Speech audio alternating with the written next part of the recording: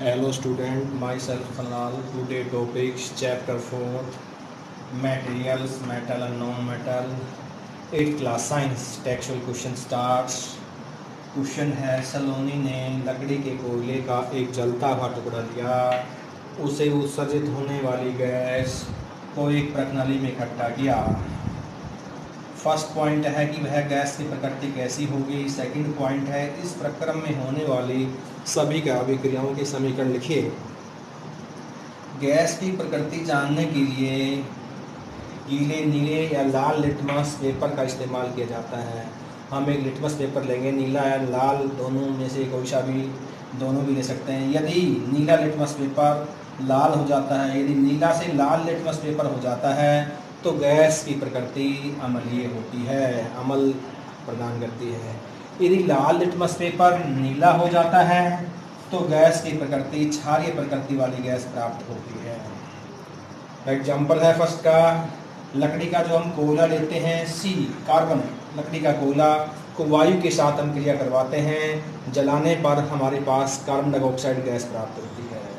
Second point है जब हम कार्बन डाइऑक्साइड गैस को वाटर जल के साथ क्रिया करवाते हैं तो कार्बन हाइड्रोजन कार्बोनेट प्राप्त होती है, H2CO3 कार्बनिक अम्ल प्राप्त होता है। Thank chapter 4 materials, metal and non metal, 8th class science textual question start. Question first 7th है, क्या आप नींबू के अचार को एल्यूमिनियम पात्रों में रख सकते हैं? स्पष्ट कीजिए। नींबू का अचार को एल्यूमिनियम के बर्तनों में, नींबू में सिट्रिक अम्ल पाया जाता है। नींबू में कौन सा अम्ल पाया जाता है? सिट्रिक अम्ल पाया जाता है। यदि नींबू के अचार को एल्यूमिनियम के पात्र में रखा जाता है तो यह अम्ल पात्र के धातु के साथ क्रिया करके इस पदार्थ को जहरीला बना देता है, जो हमारे स्वास्थ्य के लिए अति नुकसानदायक हो सकता है।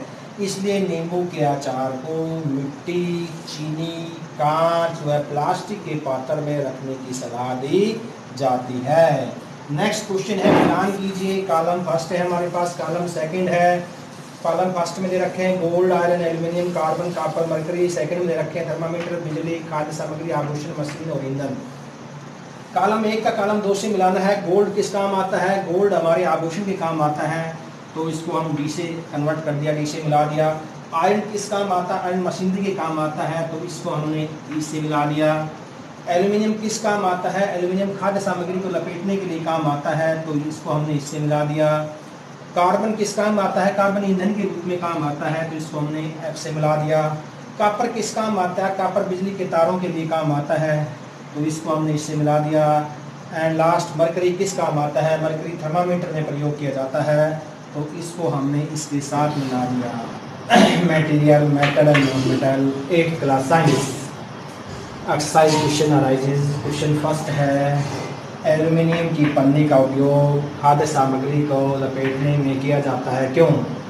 क्योंकि एल्यूमिनियम की पन्नी खाद्य सामग्री इसके साथ अभिक्रिया करके इन्हें दूषित नहीं करती और खाद्य पदार्थों में नमी भी बनाए रखती है।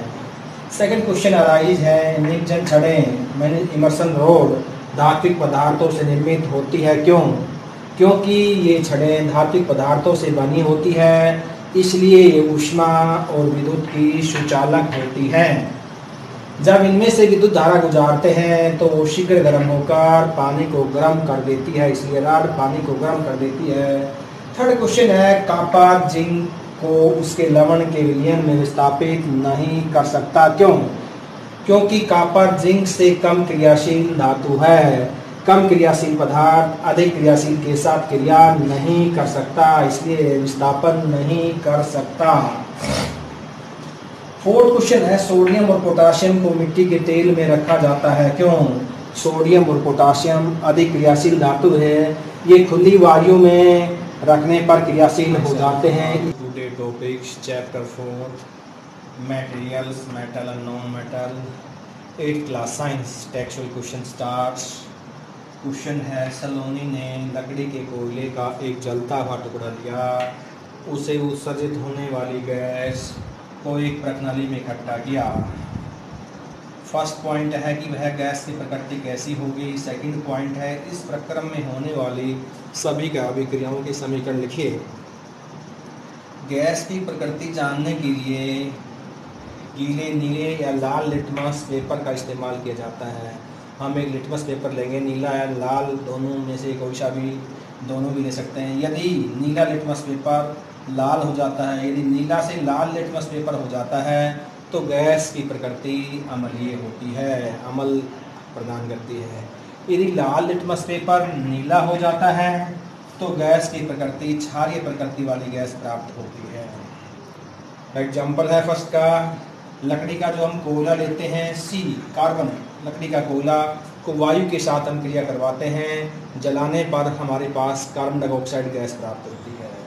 सेकंड पॉइंट है, जब हम कार्बन डाइऑक्साइड गैस को वाटर मीन जल के साथ क्रिया करवाते हैं तो कार्बन हाइड्रोजन कार्बोनेट प्राप्त होती है, H2CO3 कार्बनिक अम्ल प्राप्त होता है। थैंक्स बुआ।